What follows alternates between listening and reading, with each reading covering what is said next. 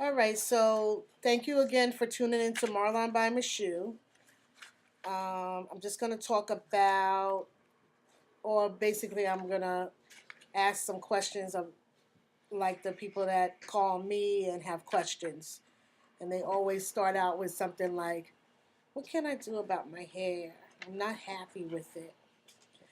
It doesn't move anymore. I don't have enough of it in all the right places. What do you think I should do?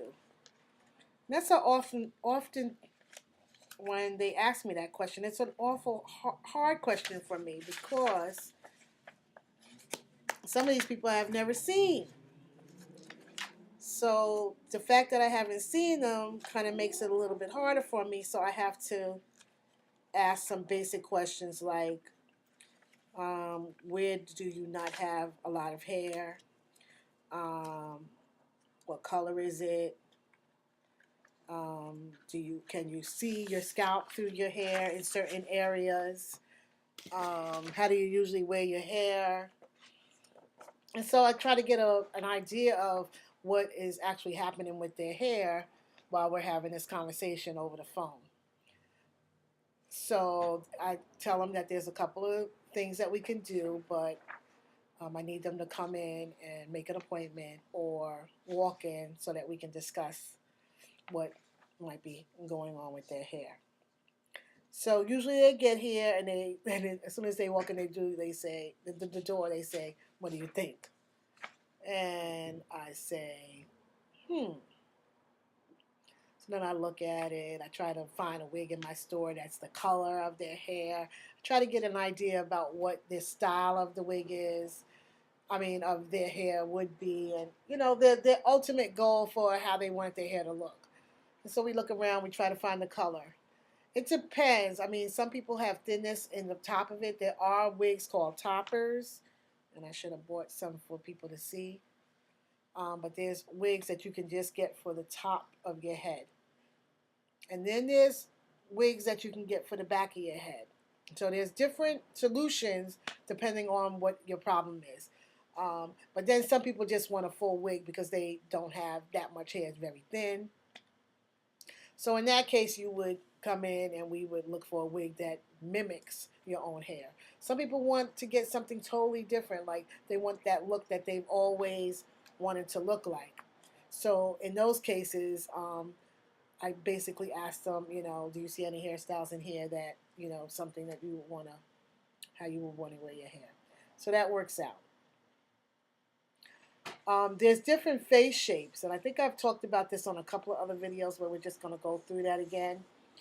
And with these different face shapes, you styles are more becoming on you based on the face shape. So let's say if you have a rectangle face, so that's a long square, then you would look good in things that are face framing, things that have bangs and are full on the sides to add width to the cheekbones. These are almost like your bobs. Your bobs will look good on a rectangle face. Depending on, also don't forget, it's still based on what the person's preference is. Then there's a heart shape. And those faces have a wide forehead and high cheekbones and a narrow chin. It might be kind of like my face, actually. Maybe not as much of a heart, but a basic heart. And you're going to want a width across your forehead with soft curls or bangs that adds fullness at the jawline. And you're going to avoid styles that are shorter to your jawline, and this being your jawline. Although I do tend to wear something, right at my jawline because I just don't like a lot of extra hair. So that would be a heart shape. And then there's an oval shape. And it's wider at the forehead than at the chin, and it gracefully tapers your cheeks to your chin. And styles that add width are the most flattering. Try a shoulder length style or a short style that is angled at the jawbone to accentuate the cheekbones. So those are your curlier wigs. Almost like this chi wig would be good on an oval face.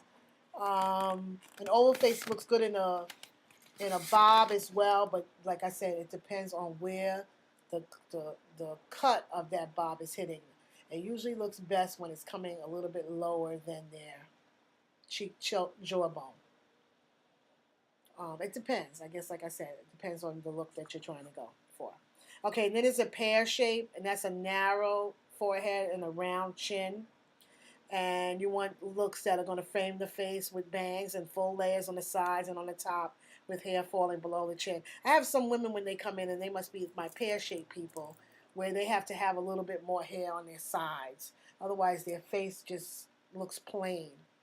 So I try to give them a little bit more hair on their sides. And you know by the way that they wear their hair already and the style that they like, which accents the way that they're used to wearing their hair. And then there's a round face, and that's a wide, short forehead with full cheeks and a small chin.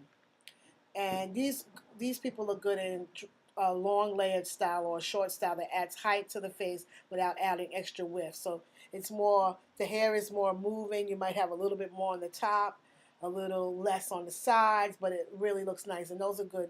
Another one that's good for round faces. Like I said, also, these are just some pointers. What you like or what you look good in really is up to you. Anybody else around you could just give their opinion. And then there's a square face, and that's an angular jawline, and it's the same width as your forehead. And the styles that lengthen the face and add fullness on top work best. Avoid styles that add width at the jawline. So anything that's going to hit you here on a square face just doesn't do anything for them. So you're going to look for more layered, more perky, more curly looks. Like I said, it depends. So that's a little bit about the face shapes. Like I said, and I keep saying, everybody knows what they like. So that's it for face shapes. Thank you for tuning in to Marlon by Mishoe. Bye-bye.